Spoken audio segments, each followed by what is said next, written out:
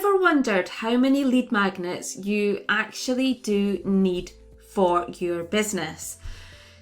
The honest answer is, well, it depends. So in this video, I'm going to explain why it depends on your ideal client, why it depends on the problems that they have, why it depends on how many products or services you offer, and also the buyer's journey. So grab a cuppa and let's get started. So first things first, what is a lead magnet? Now, some people call them ethical bribes, some people call them freebies, some people call them list builders. Perhaps you've heard them being called something completely different. Throughout this video, I'm going to refer to them as a lead magnet. So what on earth are they? A lead magnet is content that's useful and helpful to your audience, and to get access to it, they give you their email address. Now, once they've done that, you then add them onto your email list and you send them the lead magnet. You follow up with useful and helpful emails, and over time, when the time is right, you make an offer to them of your products or your services. So before you create your lead magnets, or even if you're looking at lead magnets that you currently have and are looking to see where potential gaps are within your lead magnet offering, what are the things that are important to consider? There are two things. The first thing is who you're creating the lead magnet for, and also what problem that lead magnet is going to help them solve. So it might be for your business, you have more than one persona, one ideal client. So if you have more than one, it's getting to really understand what their problems are and what it is that they want. So a great way of really getting to understand that is to look in your inbox. What are they telling you that they're struggling with in the emails that they send to you? What are they talking about specifically on social media? Out of your content that you share with them, what resonates the most with them? So that can give you like a really big idea, an indication of what it is that they are struggling with.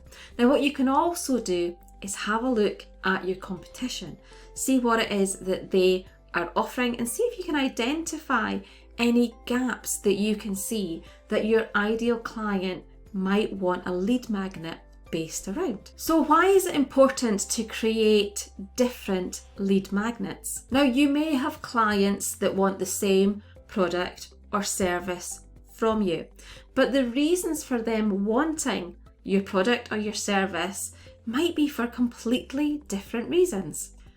And it might be that they have different goals, different aims and objectives, and that's why it pays to create different lead magnets specifically for your ideal audience. So let's put an example in here then. So let's think about a florist, and a florist sells flowers.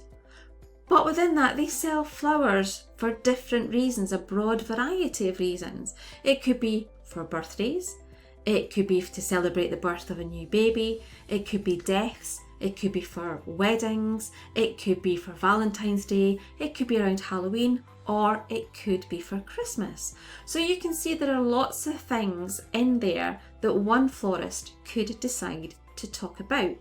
So let's think about the florist targeting the wedding audience that they know that they have.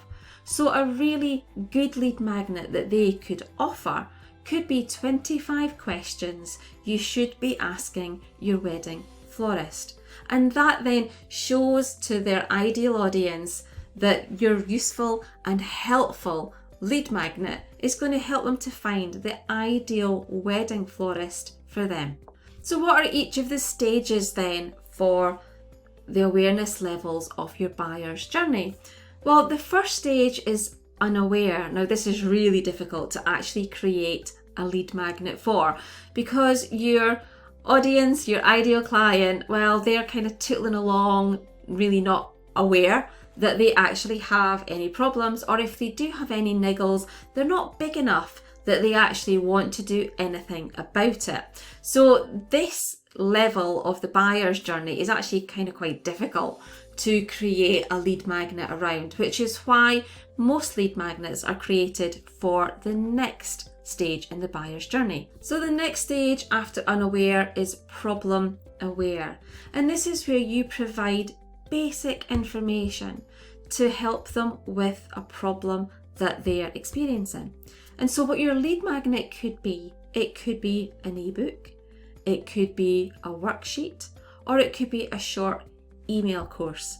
Just enough to help them identify what their problem is and what's going on. The next stage to think about is solution aware. So during this stage of the buyer's journey, your lead magnets are going to be around your audience learning more about their problem and also your solution. So what kind of lead magnets can you share with them?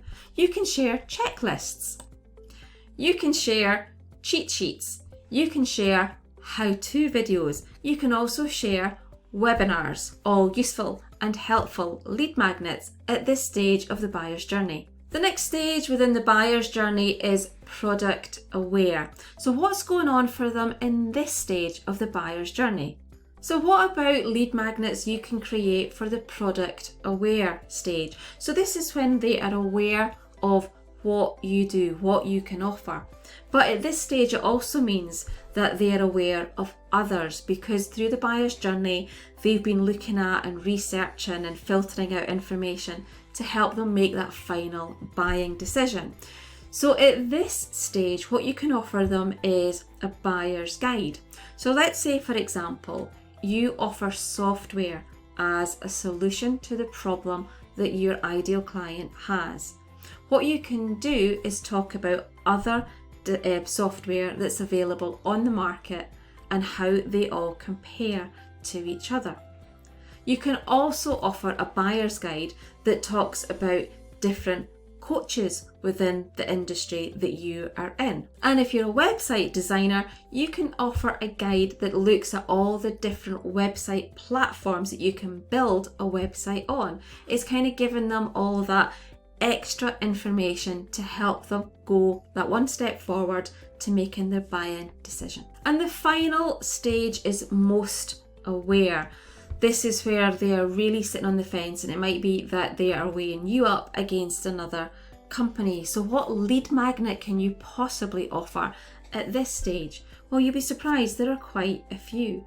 What you can do is offer them a calculator. If it's something, say for example, working out how much a website is going to cost, how much to get an app developed might be, you can sign up for a calculator so they can work out that cost themselves. They can also sign up for a free trial for a limited time. You've seen this yourself if you've signed up for a tool or a software to help you with your business.